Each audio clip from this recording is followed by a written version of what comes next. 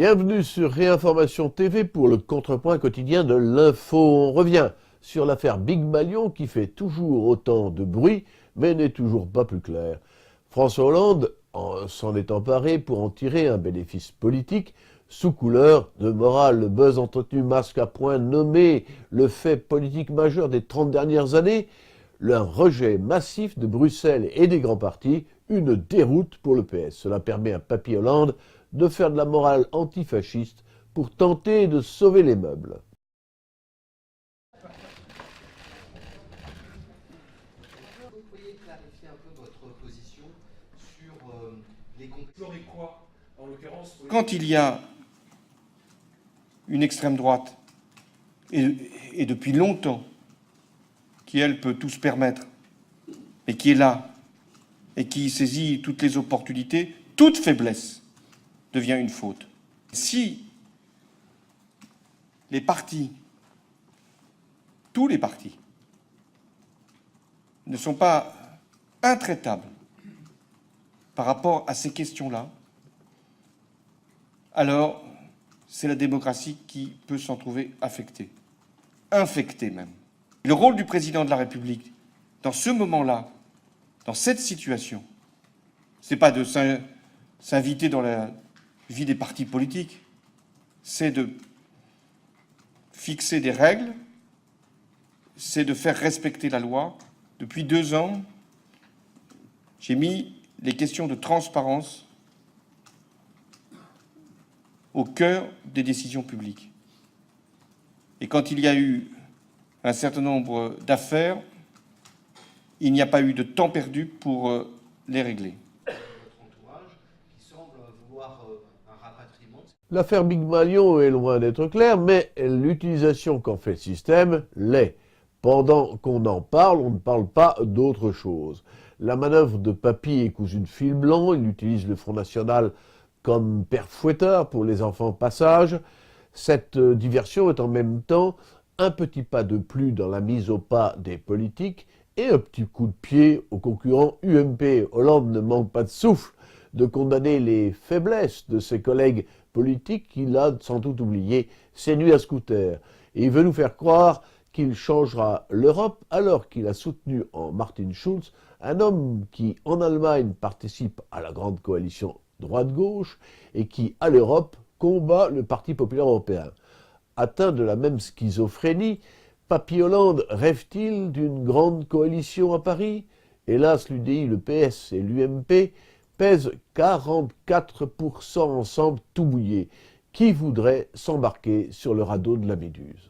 Une croissance maintenue et le report de l'âge de la retraite sauvent l'Allemagne de la faillite, pas de l'appauvrissement, notamment chez les plus âgés. La mode pour les petites entreprises qui se lancent est d'utiliser de jeunes grands-mères pour leur faire la cuisine. Les startups échappent au fast-food pour pas cher avec une bonne ambiance. Les mamies y trouvent un complément de revenus. Alors, gagnant-gagnant, sauf que c'est pour les individus une suggestion et pour la société la marque d'un déclin économique continu. Miao est le nom que l'on donne dans la province de Guizhou, dans le sud-ouest de la Chine, à l'ethnie appelée Méo ou Hmong au Laos et au Vietnam. Ces montagnards sont regroupés en réserve et Pékin leur permet d'exploiter leurs costumes, us et coutumes pour attirer le tourisme qui fait passer chez eux ces circuits dont ils vivent. Ils conservent le droit d'utiliser leur vieille pétoire pour tirer en l'air pendant les spectacles et s'en montrent bien contents. Jadis, ils s'en servaient pour chasser ou se protéger des bandits. Maintenant, c'est fini, ce n'est plus qu'un décor, comme leur vie d'ailleurs. Le procès du Bugalet de Braise, un chalutier breton coulé au sud de l'Angleterre avec 5 marins à bord il y a 10 ans, vient de se conclure par un non-lieu. Pourtant, les incertitudes de l'enquête ne sont pas levées et les familles des victimes se demandent quelle justice est rendue. Elles vont faire appel.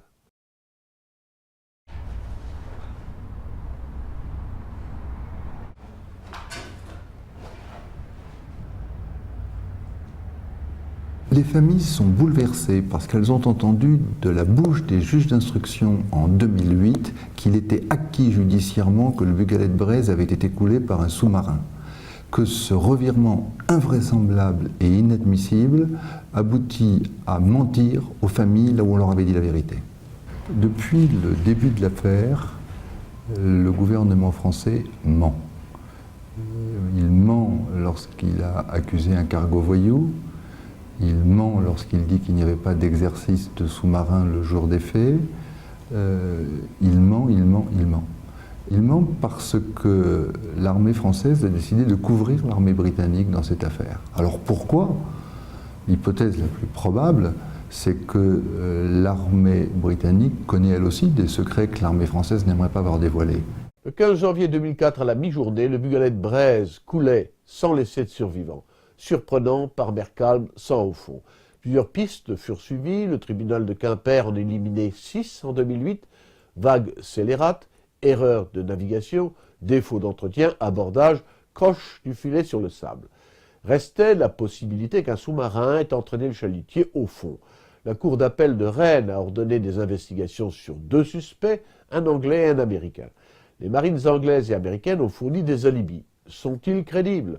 Peut-être les traces de titane relevées par l'enquête sur l'un des câbles du chalut ne sont-elles pas une preuve de l'intervention d'un sous-marin?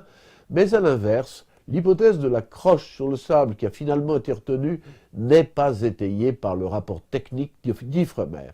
S'efforce-t-on de faire toute la lumière ou préfère-t-on entretenir des relations diplomatiques tranquilles à l'intérieur de l'OTAN?